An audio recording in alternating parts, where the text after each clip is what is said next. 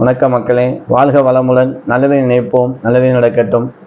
நம்ம இந்த வீடியோவில் எதை பற்றி பேச போகிறோம் அப்படின்னா 9/8/2024 வெள்ளிக்கிழமை நாக பஞ்சமி, நாக சதுர்த்தி. இந்த நாளில் என்ன பண்ணுனா என்ன நடக்கும்?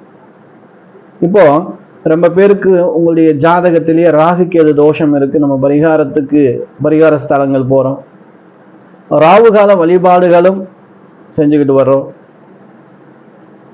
கால சர்ப்பதோஷம்னு ஒரு தோஷம் இருக்கு. இதால உங்களுக்கு பிரச்சனைகள் இருக்கு, தடைகள் இருக்கு, குறைகள் இருக்கு அப்படின்னா, இல்ல ராகு கேது தசா புத்தியோ எது நடந்தாலும் சரி, இந்த அருமையான நாளை தவற விடாதுங்க.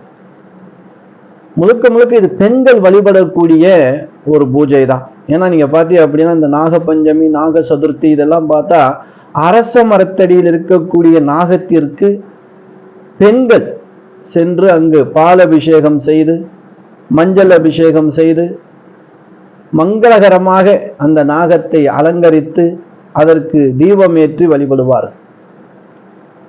மாங்கல்ய பலம் அதிகமாகும், கணவருடைய ஆயுள் விருத்தியாகும், குழந்தை பாக்கியம் கிட்டும்.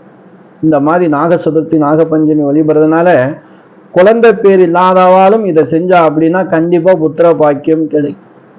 திருமண தடை இருக்கிறவர் திருமணம் ஆகியிருந்தாலும் கணவனுடைய ஆயுளும் அவருடைய வளர்ச்சியும் நன்றாக இருக்கும்.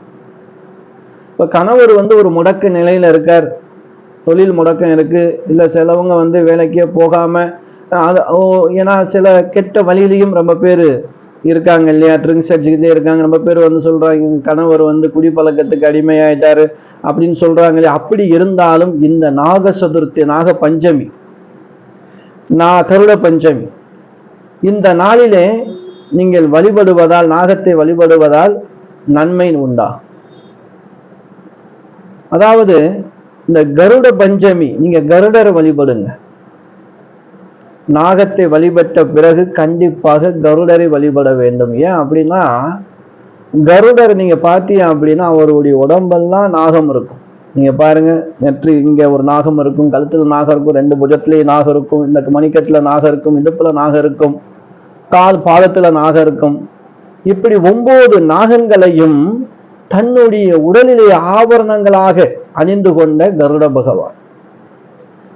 இந்த கருட பகவானை இந்த கருட பஞ்சமி, இந்த வளர்பிறை ஆடி மாதத்தில் வரக்கூடிய பஞ்சமி 9/8/2024 வெள்ளிக்கிழமை ராகு காலத்தில் 10 to 12 ராகு காலம் எல்லா கோவில்களும் திறந்திருக்கும். இந்த நேரத்தில் இந்த வழிபாடுகளை செய்தோமானால் கண்டிப்பாக சர்ப்பதோஷங்கள் நிவர்த்தி செய்யப்படும். இந்த நாள் கதை, இதோடைய புராண கதை நம்ம சொன்னா ரொம்ப பெருசா போகும். நாகருக்கு நாகர் தாயுடைய பேச்சை கேட்காதனால தாய் நீ தீயில் இட்டு இறப்பாயாக அப்படின்னு ஒரு சாபம் விடுறாங்க.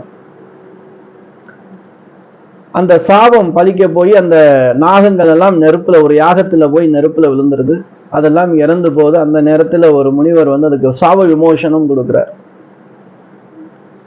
அப்படி சாப விமோசனம் கிடைத்த நாள் தான் இந்த கருட பஞ்சமி, நாக பஞ்சமி என்று வரக்கூடிய ஆடி மாதத்திலே வளர்பிறை பஞ்சமி.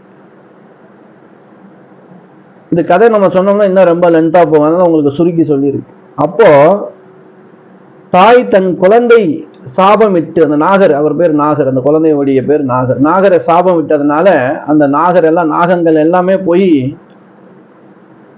அந்த யாகத்துல நெருப்புல விழுந்து இறந்த போது அது சாப விமோசனம் பெற்று திரும்பி உயிர் பிழைத்து வருகிறது.